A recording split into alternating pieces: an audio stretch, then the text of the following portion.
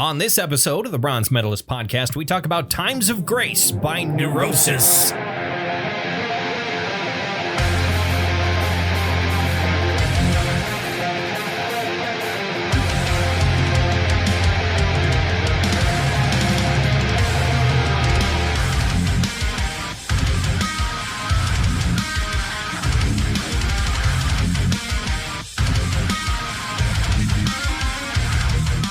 Hi, everyone.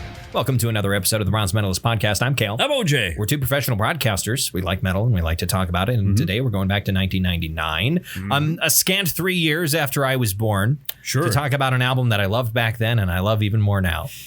I feel like I listened to this then a number of times, and listening to it this past week, I'm like, that's not what I fucking remember at all. Oh my God. This is also aged exceptionally well. Yeah. Like this, I mean, it was made in 1999, is produced by Steve Albini. Sure. And generally speaking, Steve Albini produced albums sound pretty good. They do. But and on edge of it.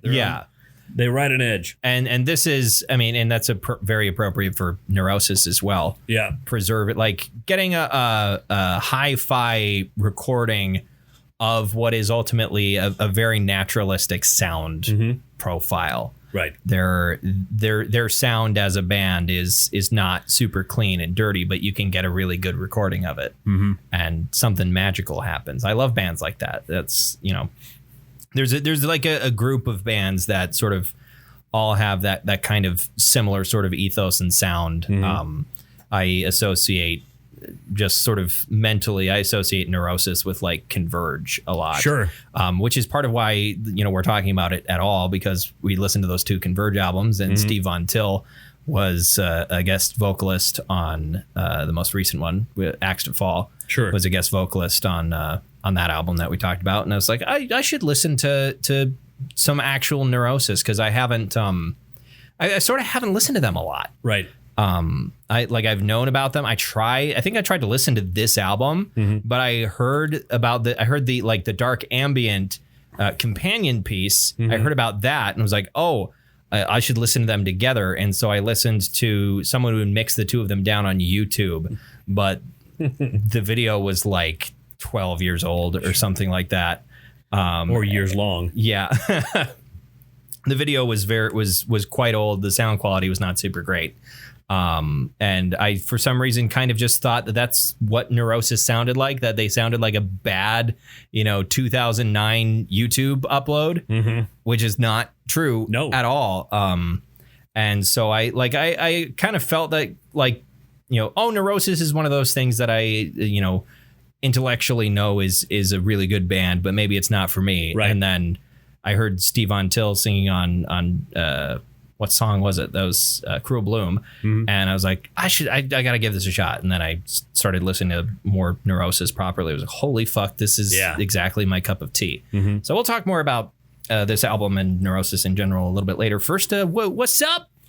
How you doing, my friend? It's all good. It's been a long day. Yeah, it was weird today. Yeah.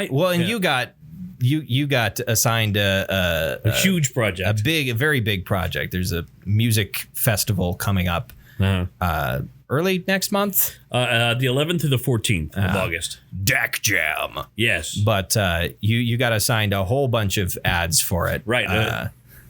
And there was a lot of work to be done. A lot of work, and then I didn't get started on my regular show or anything like that until almost 2:00. Yeah.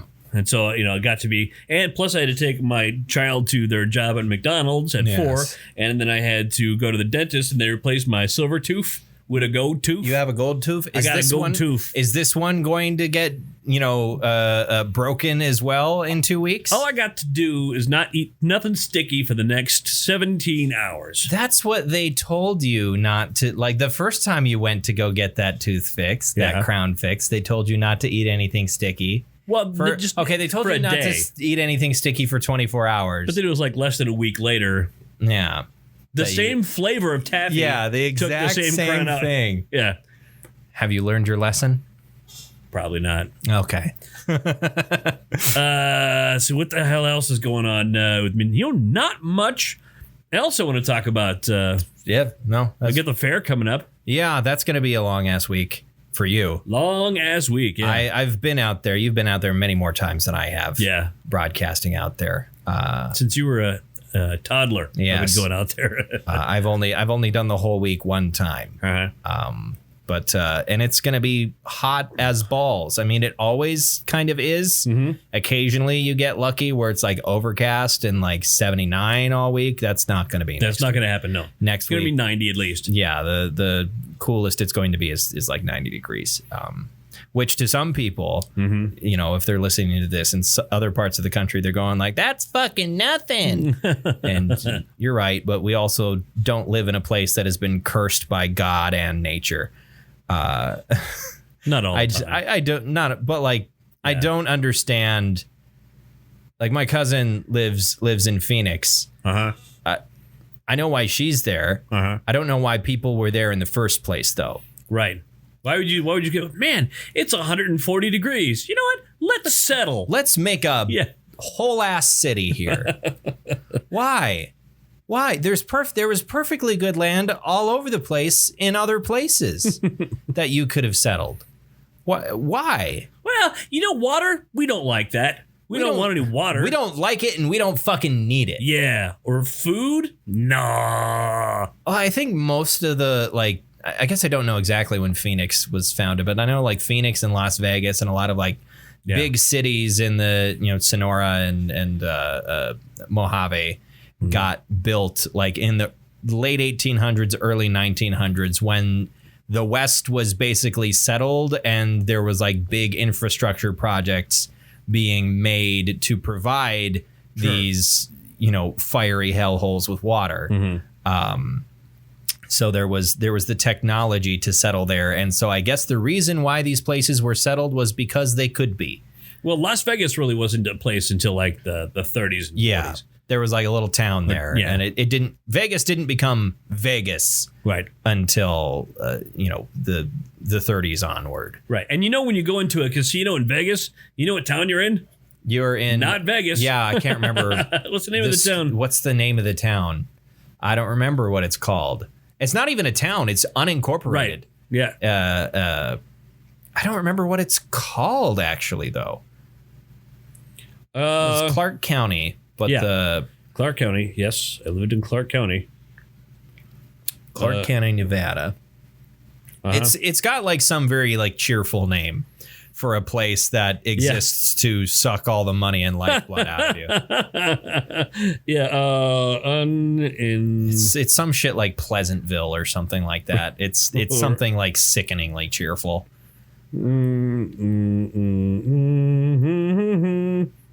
Or maybe it's just called Henderson.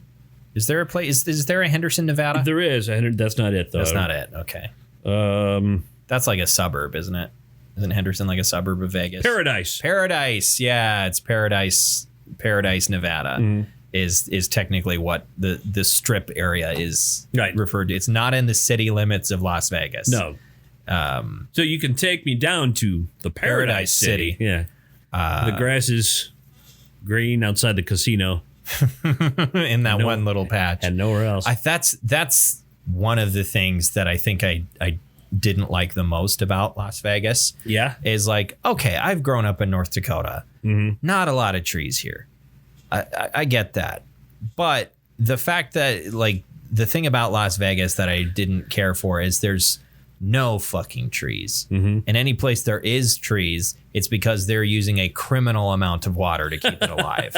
Right. And like there's just nothing green except for maybe like a week out of the year. It's the like desert. When it rains for the first time. Sure. And everything comes back to life for like a couple of weeks and then everything dies again and goes dormant. Right. And I don't like that.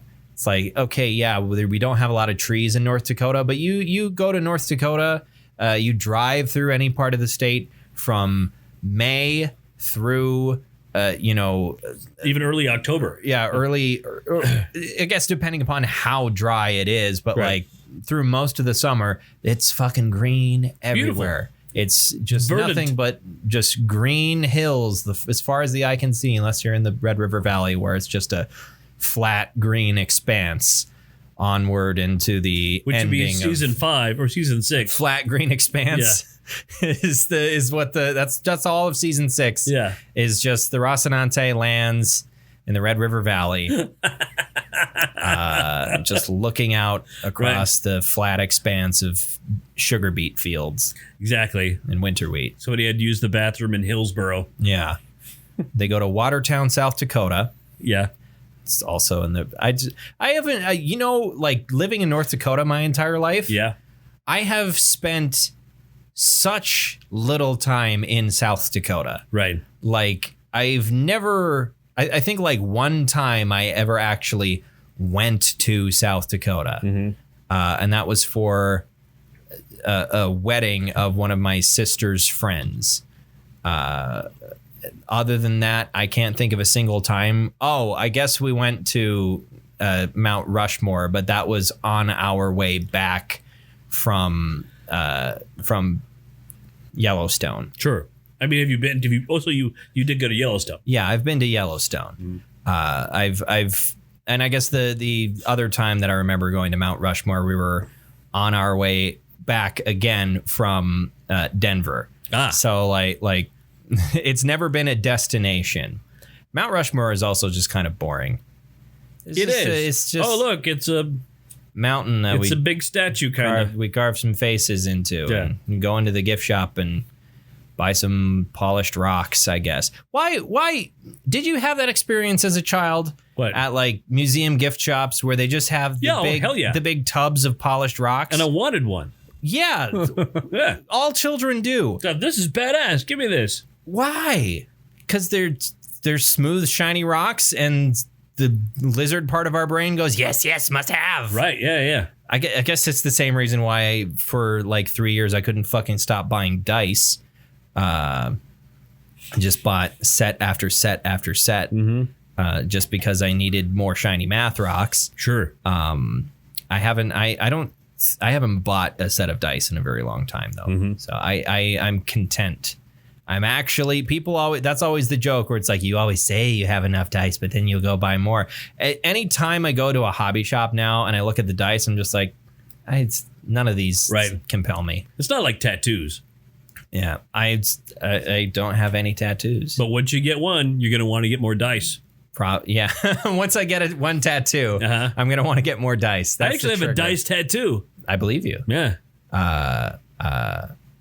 It's too. So if you get a dice tattoo, does that break the curse or make it 10 times worse? Well, I haven't bought any dice or got any tattoos since. Okay. So maybe it just breaks it. Okay, that could be. That's how you break the curse, is you get a dice tattoo. I got 2 20-sided dice that are on fire, and it says underneath of it, "Friends never roll alone." That's cute, but also cheesy. Yeah, I know. It's incredibly well cheesy. Aware of that. I didn't design it. I think I have a guy named Mike from Montana designed it. I have my tray of dice here. Yeah. And I think the biggest thing is if I ever get more, they need to match these.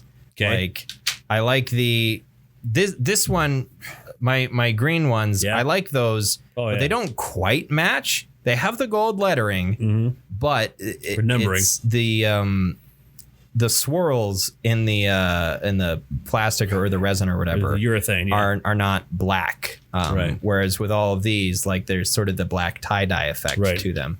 This is audio medium. Hey guys, look at these dice. Yeah. But like I'm kind of obsessive enough to where I want the ones that I actually will be using to all match and fit the same style and fit the same brand. I'm the same way. I had a different green set that were like a brighter lime green, and they had sort of the black tie-dye effect and the gold lettering, but the numbers on the percentile die were oriented the wrong fucking way. Really? All the other dice, they were oriented the same way, with the 2 numbers going along the longer, the triangular side, the longer, I don't know exactly how to describe what I'm saying. Yeah, along the edge, more or less. Whereas on that one, they were horizontal with the points, the points of the D10. Oh, really? Which I think is stupid. Yeah, it's dumb. Then it looked wrong. Yeah, because it's gonna land crooked. Well, it didn't affect the way that they landed at all. It was but I mean, the numbers are going to be crooked when it lands. It's still going to land right, but it's going to look wrong. It didn't match the rest of them, and that made me angry, and so it got banished to the spare bag. Sure, the bag where I keep all of the dice I don't love, so they can sit there and stew and absorb my hatred of them. Hopefully, learn their lesson. Yeah. They should have been made better. I still have the same black and gray pencil box that I've had for over 30 years. Eons uncounted. I look at it occasionally, open up. Oh, I love these dice. I've done so much with these dice, and I get a 100-sider in there. It's funny. That's just a ball. It is just a ball. That's just a ball that somebody printed numbers on. It's a 3D printed.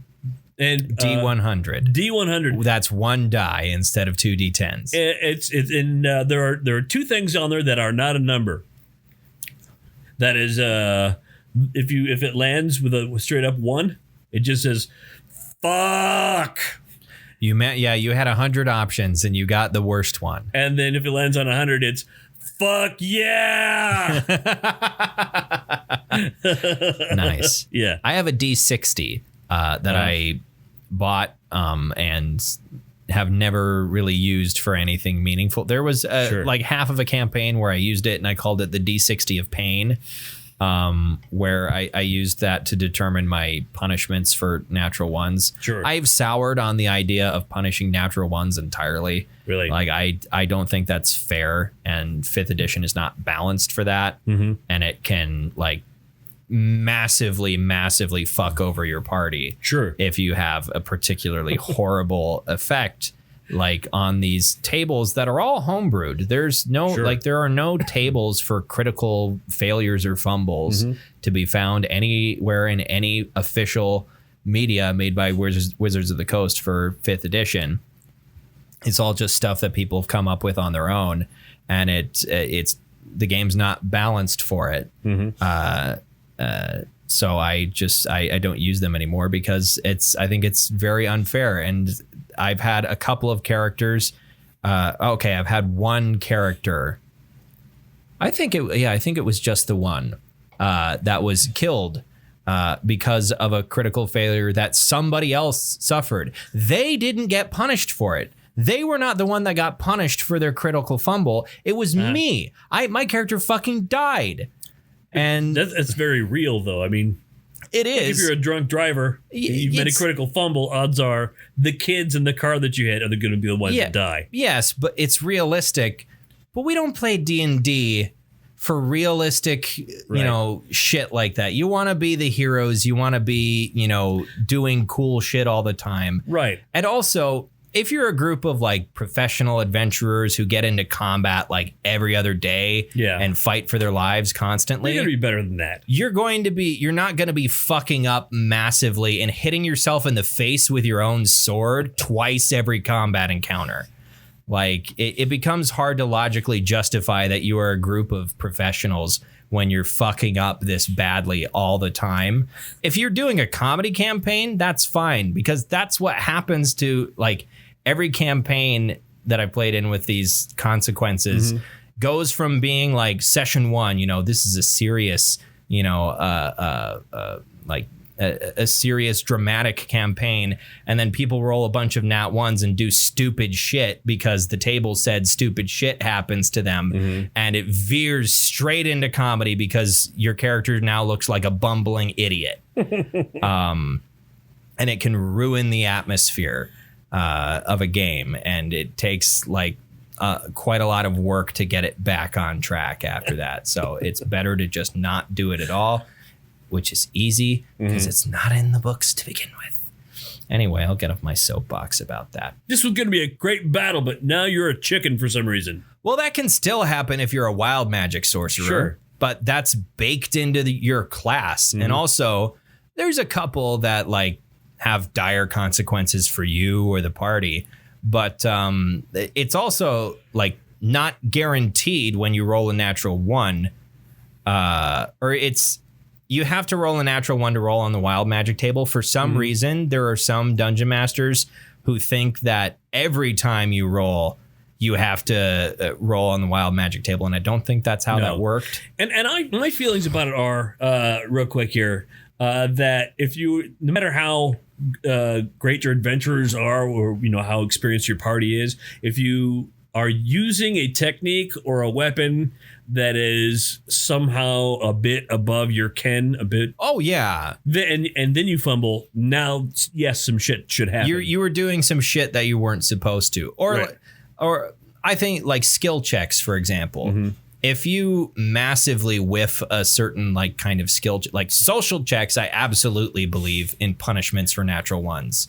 You fucked something up massively. Mm-hmm. And it doesn't have a necessarily direct mechanical effect on your character, but your party's relationship with this person you were trying to convince of like your innocence has just been massively ruined because you said something stupid. I don't have hard opinions about a lot of things, but most of them involve Dungeons and Dragons. That's the kind of person I am. Something I do have a hard opinion on is a game that I downloaded and played. I bought, downloaded, and played for about 30 minutes, and then asked for a refund. What was that? It was Necromunda Hired Gun. Necromunda? Yeah, which is a Warhammer 40K game that came out recently. That I just bounced off of really hard.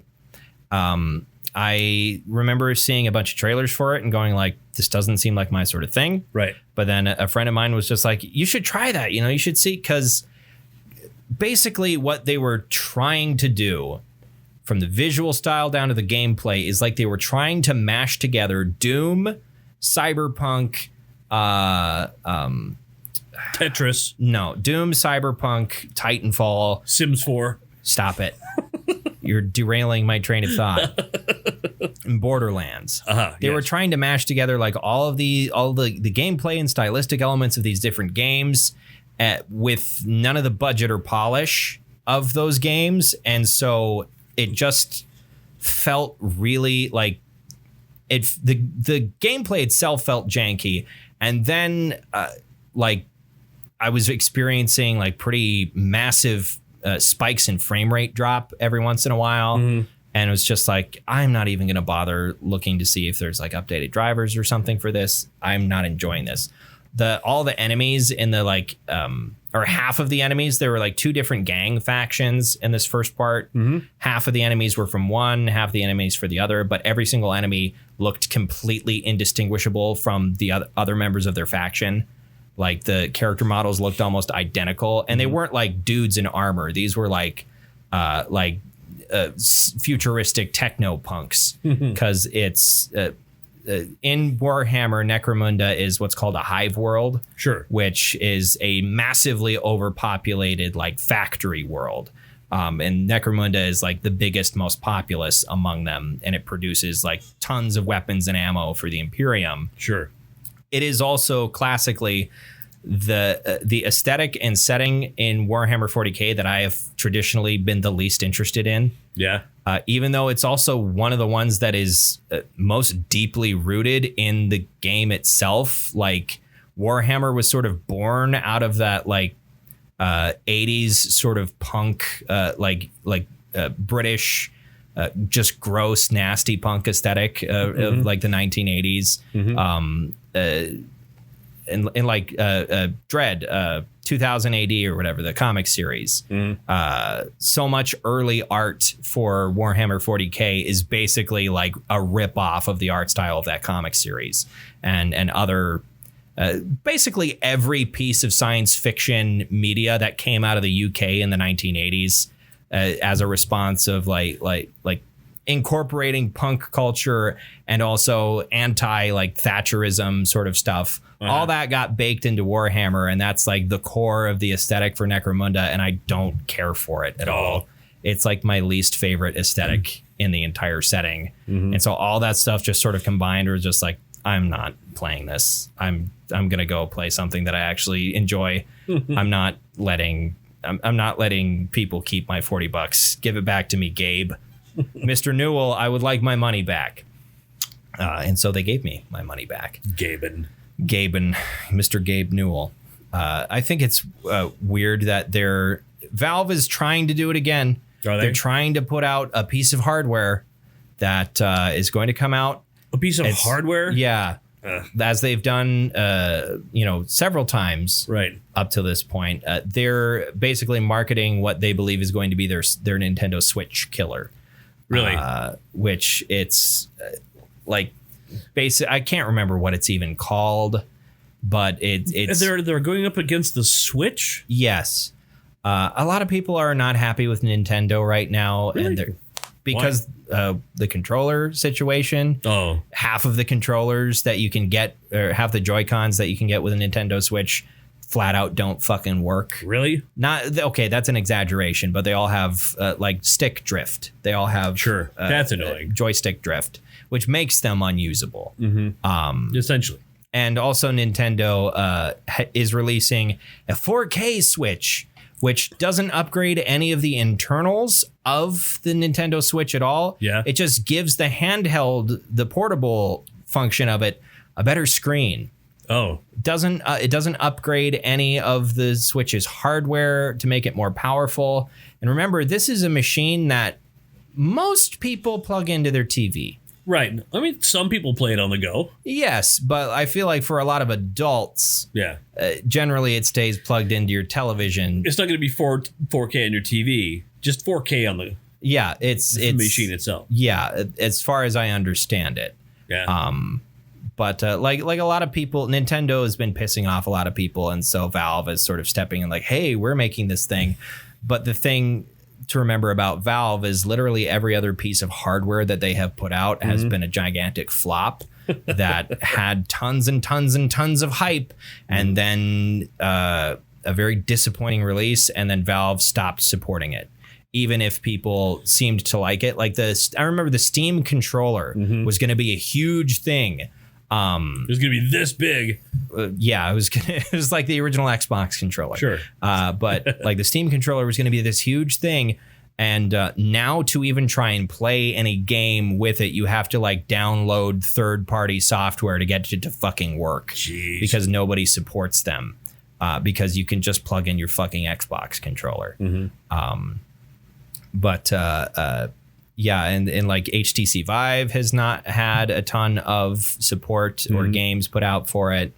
Do you remember, was it Steambox or what the fuck they called it? Steam machines that they were marketing as like their console killer that never went anywhere because it was basically just an overpriced repackaged PC. Steam cleaner. Yeah, they've tried so many times, and everyone's so excited and like, oh, I'm ordering one right now. It's like, why? Don't.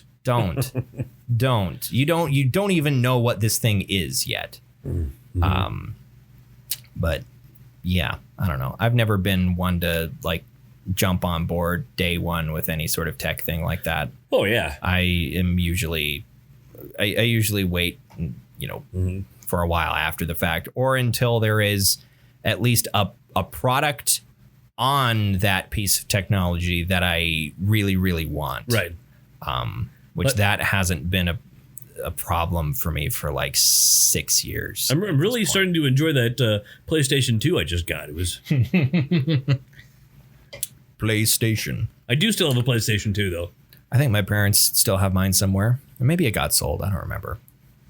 I want to go back and play San Andreas. I wonder, I mean, I feel like it really doesn't hold up in a lot of ways, but on the other hand, it is still classic Rockstar writing, and their games have always been very funny and have had a lot of character. And this was before they got too far up their own asses about certain certain gameplay things. Like it was GTA 5, I think, kind of destroyed that company. As far as like the way that they make games, where like now everything has to be, a billion-dollar project that has to make several $billion. And I mean, I heard it's a fun game. I haven't played it, but I liked GTA 5 when it came out in 2012. Has it really been that long? Yeah, or it was like 2013. It was 2013 on the PlayStation 3 and Xbox 360. When did GTA 4 come out then? GTA 4 came out in 2006 or 7. Really? Yeah. Oh, wow. And we have not gotten any new Grand Theft Auto products since GTA 5 came out because people keep on buying fucking microtransactions on GTA Online. It's a miracle we got Red Dead Redemption 2. At all. That Rockstar didn't just sit there getting fatter and fatter. Mm-hmm. And like, yeah, but like, as much as I love Red Dead 2, mm-hmm. there are things about that game's design that really bug the shit out of me. Like what? Not everything needs to be this extremely detailed animation. I don't need to see Arthur rifle through everybody, each and everybody's belongings to pick up a piece of ammunition. I just want to press a button and get the fucking thing. I don't need to see a detailed animation of every single thing that Arthur does mm-hmm. in his life. And I could really use with a slightly less obscure control scheme. Please and thank you, Rockstar. Because it makes going back to Red Dead 2 feel really intimidating because I don't remember how to fucking do any of this shit. I've now gone back twice. I played through like the first part of it. I've gotten to the encampment there, just above the city. And doing replays is a pain in the ass because you're stuck with that extremely long intro. Right. And it's like, can I please just skip past this and go straight to Horseshoe Overlook? Right. Please. I don't want to wander around in the snow for 15 hours again. And rescue that dude from the side of the mountain. And it's like, well, he's an important dude. He is an important dude. You didn't play Red Dead 1, so. No, I didn't. But like that mission is always like, hey, it's John. But like after that, it's just like, okay, I'm sick of this. Like, this is all great. The acting's phenomenal. I just want to move on. Speaking of moving on, let's finally talk about Times of Grace by Neurosis, because we've been blathering on about other things for far too long. What do you listen to this program for? So Times of Grace, as I mentioned, came out in 1999. Yes. Neurosis itself has been around since 1985. Yeah, in some form or another. As Neurosis. Has it always been the same guys? I thought they switched out. I mean, so there's been a couple of minor lineup changes, but like Steve Von Sydow's been there the whole time. No, he hasn't. Hasn't he? The only founding members left. The original founding members in their entirety were Scott Kelly, Dave Edwardson, and Jason Roeder. Scott Kelly is on guitar and lead vocals. Dave Edwardson is on bass and backing vocals, and Jason Roeder plays drums. All three of them, I presume, went to high school together. I know at the very least Scott Kelly was 18 at the time. I don't know the exact age of the other two, but I know Scott Kelly was 18 at the time, and they'd all played in like other high school bands. But as far as I know, like Neurosis was the name they decided on back then. But they played at that time and until like the mid 90s. Like their sound developed through that decade, but they were mostly like a crust punk band in their early days when they were just playing, hometown gigs and that sort of thing. Steve Von Till joined in 1989. Sure. And he's been with them ever since and has played guitar and shares lead vocal duties with Scott Kelly. And then Noah Landis joined in 1995 playing keyboards and synth and doing programming and that sort of thing.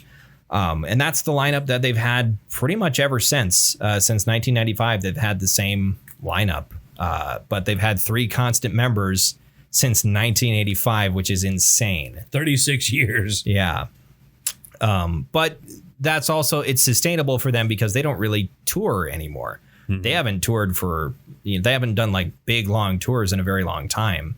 I think since, if I recall, since shortly after this album came out is around the time that they stopped like doing big tours, and they've done less and less live shows as they've gone on. And the band is more of a creative outlet for all of them as they continue to pursue other things. I think we talked about maybe in the Converge episode, maybe I mentioned that Steve Von Till is a school teacher.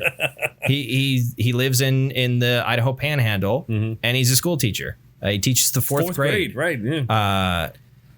which is crazy. And he also has, his solo projects and whatnot that are extremely haunting, but absolutely beautiful pieces of music.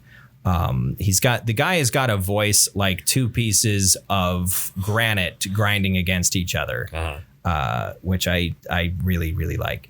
But their style in general, like I mentioned, they were early on sort of a crust punk sort of band. Sort of they've developed to at this point being the band for post metal. Sort of the band that kicked off the idea of, okay, what is post metal? Well, this is definitely post metal. So if something sounds like Neurosis, it's post metal. You can also call them an avant-garde metal band. Lots of doom metal and lots of sludge metal mixed in there. And there's a lot of this that reminded me of the Residents.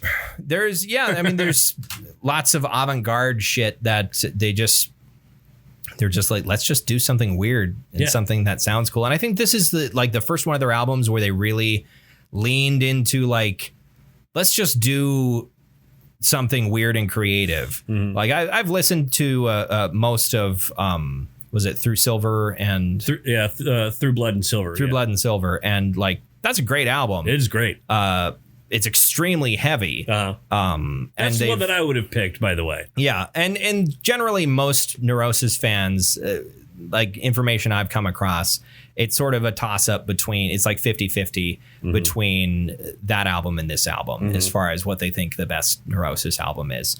I like my weird shit.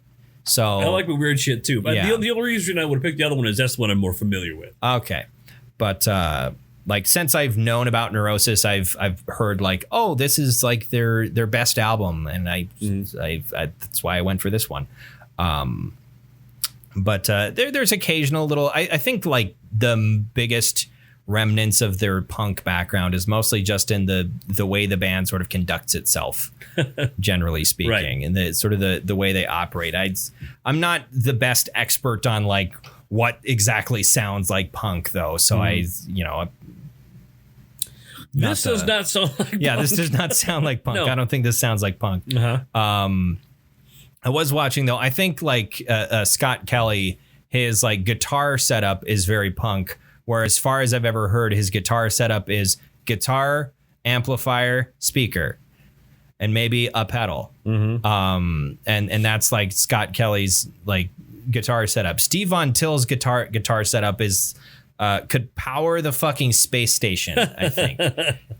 Although it's a lot of analog gear. I think he does have like a digital one of those gigantic these kind of semi-digital boards that has tons of different buttons on it.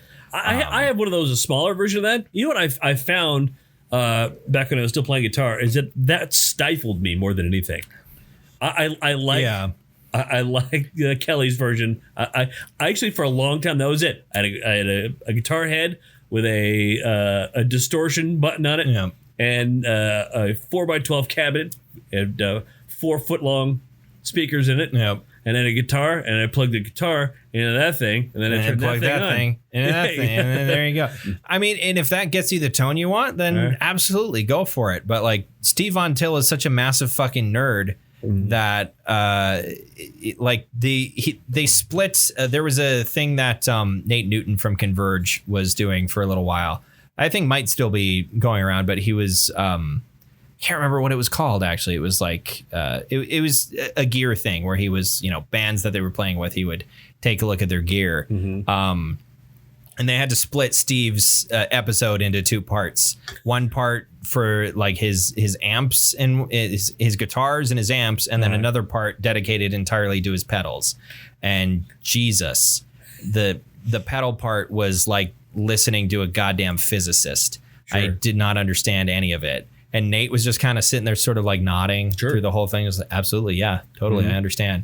Steve on it, and this thing goes over into that thing, and then this just does that. And it's just like, I trust that you know what you're doing.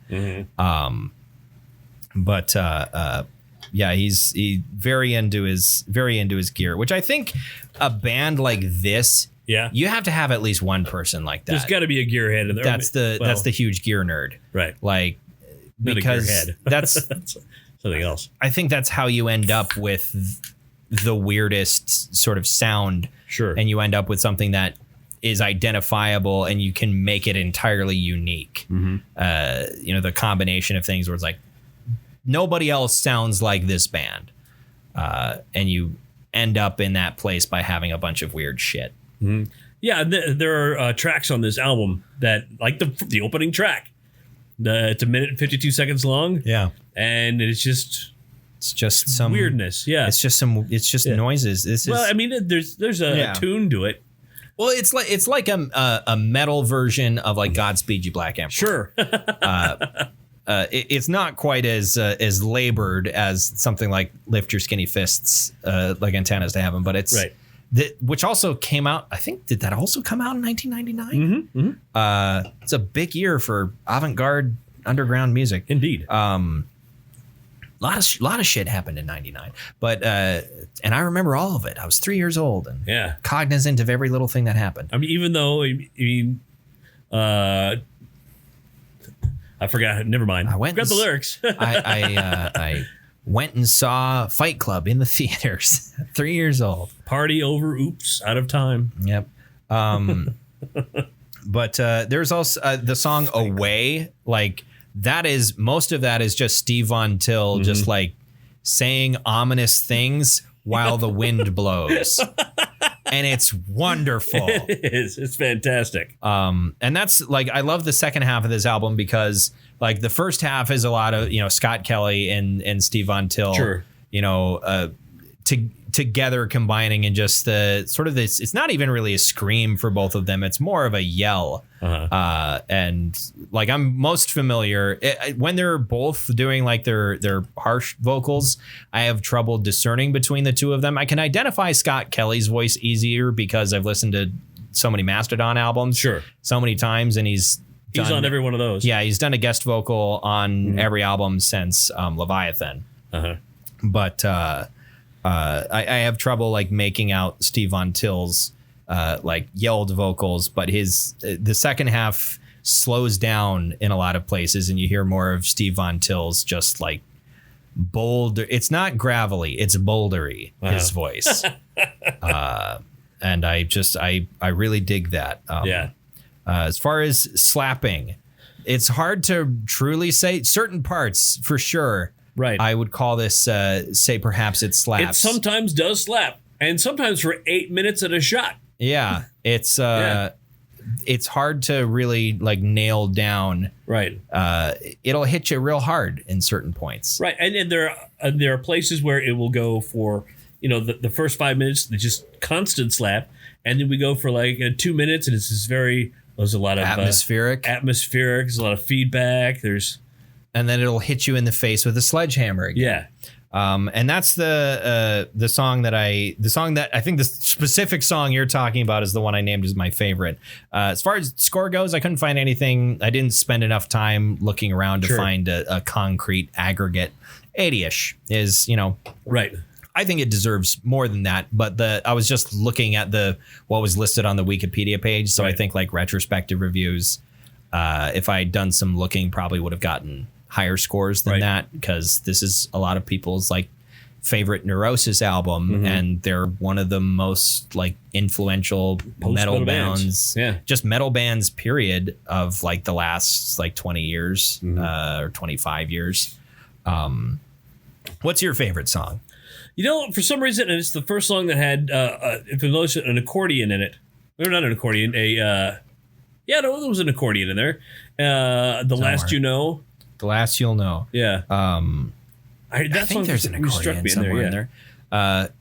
It's, it's one of those things where Neurosis is that type of band where I'm just like, I don't know which song the accordion was in. And there was a great horn section in, is the title cut, I think?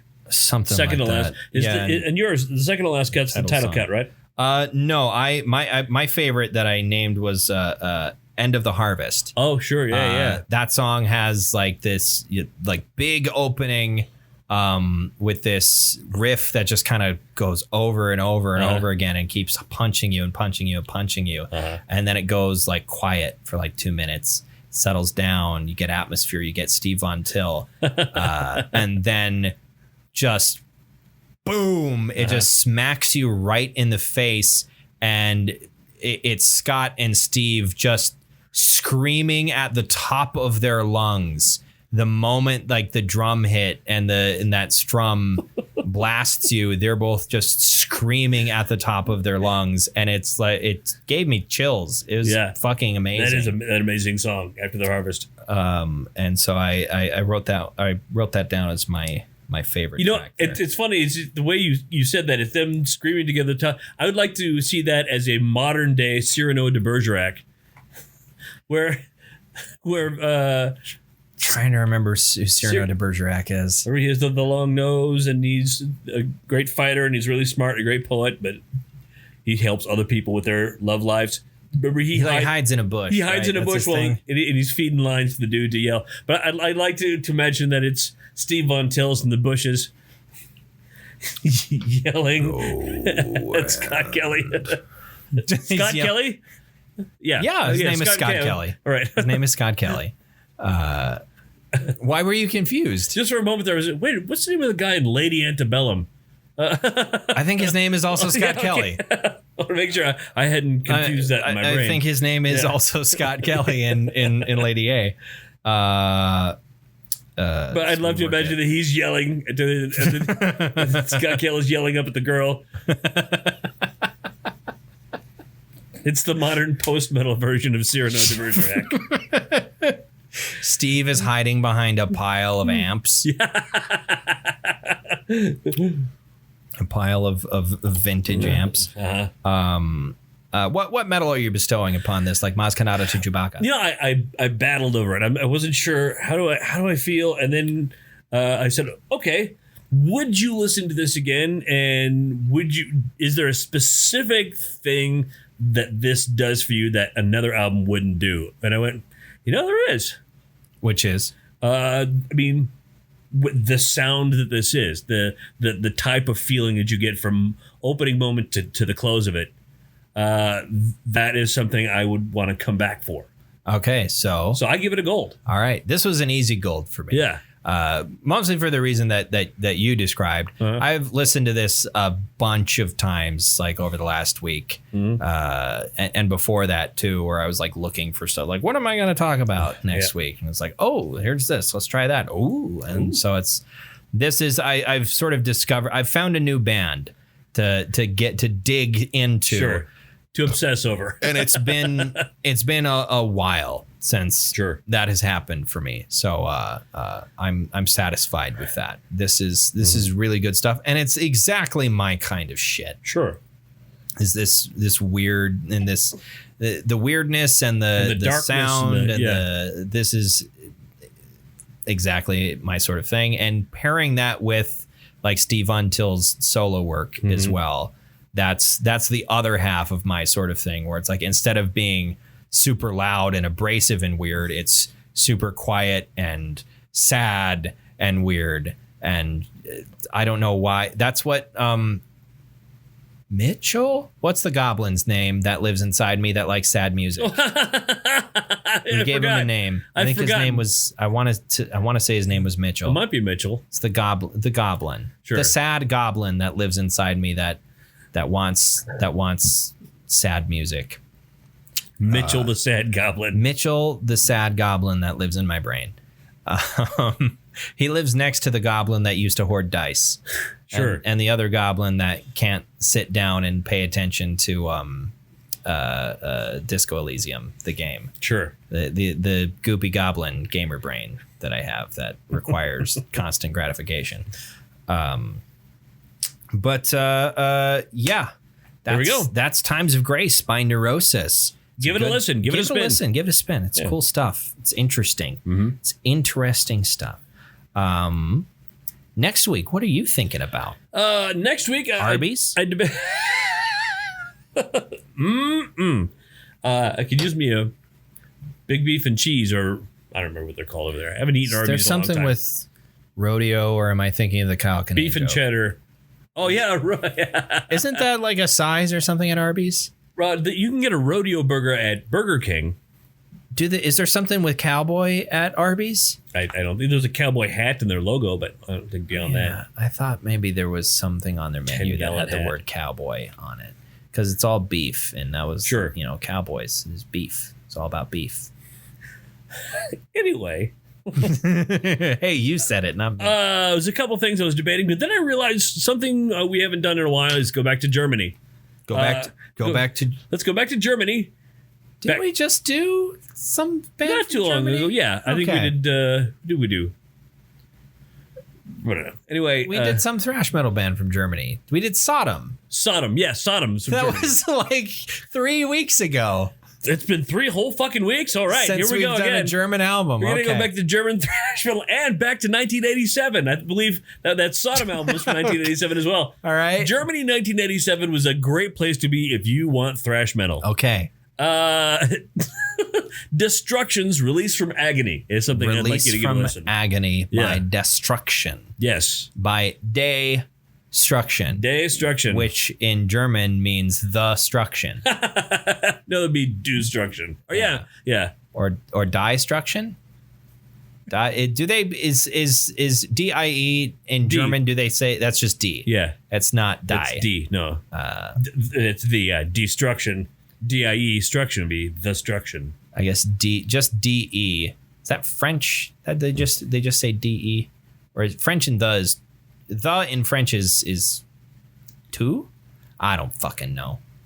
Anyway, Like Elroy, remember character from the Jetsons? no.